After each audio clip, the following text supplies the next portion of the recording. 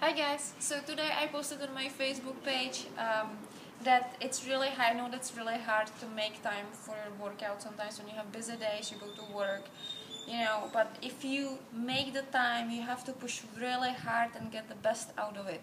Don't even think that I don't struggle with making time for my workouts. A lot of times I feel lazy, I don't want to do it, and I push it back and back until the evening.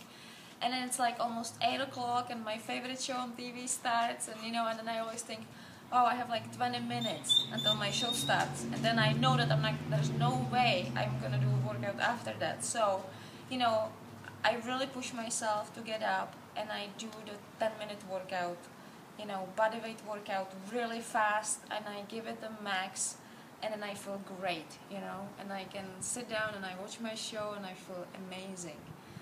So even if during the days when I'm push it back, I push myself at least in the last minute to do my 10-minute workout, and I'm really pushing hard. So I want you guys to push yourself, I want you to motivate yourself and try to do your workouts on a daily basis, because it's really important and it takes you only 10-15 minutes. So that's it for today, and I'll see you guys tomorrow. Bye!